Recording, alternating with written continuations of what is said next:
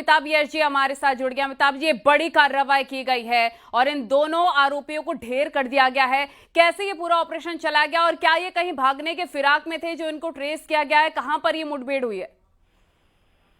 19/9 को सुबह लगभग 3:45 बजे बरेली में अभिनेत्री दिशा पटानी के घर पर फायरिंग हुई थी जी। इस संबंध में उत्तर प्रदेश शासन की अपराध के प्रति जीरो टॉलरेंस की नीति के अनुसार कार्रवाई की जा रही थी।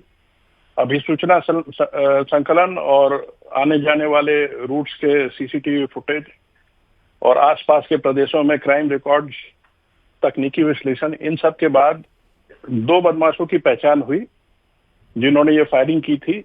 रविंद्र उर्फ कल्लू जो रोहतक का निवासी है और अरुण जो सोनीपत का निवासी है जी। आज सायंकाल एसटीएफ और सीआई यूनिट दिल्ली की संयुक्त कार्रवाई में ट्रॉनिका सिटी गाजियाबाद के आसपास एक मुठभेड़ हुई है जिसमें ये दोनों बदमाश गंभीर रूप से घायल हुए हैं।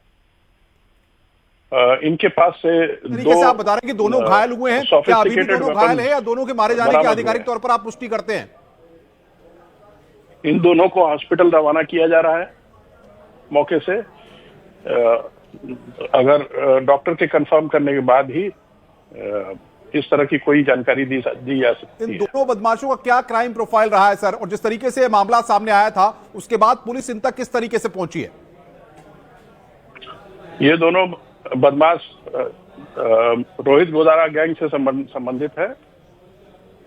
रोहित गोदारा स्वयं पोर्टुगल में होने की जानकारी हुई है और ये रविंद्र सीधा रोहित गोदारा से जुड़ा हुआ था, ऐसी जानकारी प्राप्त हुई थी।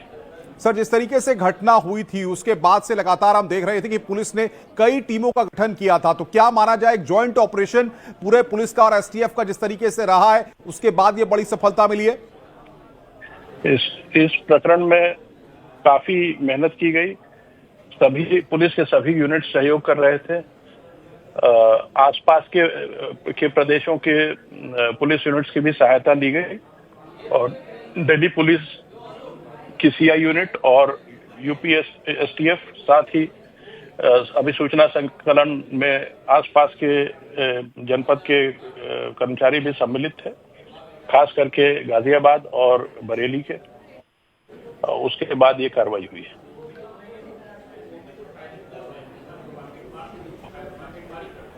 सर जी अनुपम, आपको जानकारी दे रहे थे, बताइए। अमिताभ जी, जिस तरीके से जिगाना मेड पिस्टल मिली है तो ऐसे में क्या माना जाए जो फायरिंग की घटना हुई थी उसके पीछे का मोटिव पूरा क्या निकल के सामने आ रहा है? क्या कुछ पूछताछ में चीजें निकल करके सामने आ पाई हैं?